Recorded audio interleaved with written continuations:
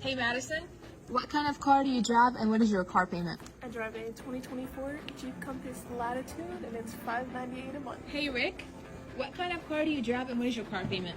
I drive a 2020 Wrangler Sport, the 75th edition. I think I pay $800 a month. Hey Murad, what kind of car do you drive and what is your car payment? A 23 Dodge Charger, $858. Hey Taylor, what kind of car do you drive and what is your car payment? I drive a 2024 Jeep Grand Cherokee Overland and I paid $1298. So I drive a 2004 Honda Pilot, 248,000 miles on it, and I haven't had a car note in forever, and that's what I'm all about.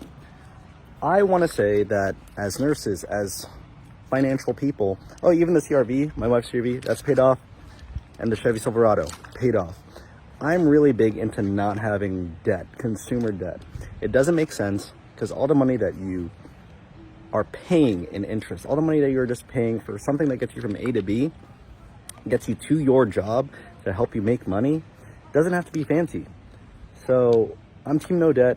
Obviously, it is comfortable to have a very nice car, but do you really need it? Probably not. And I'd rather invest it for the future.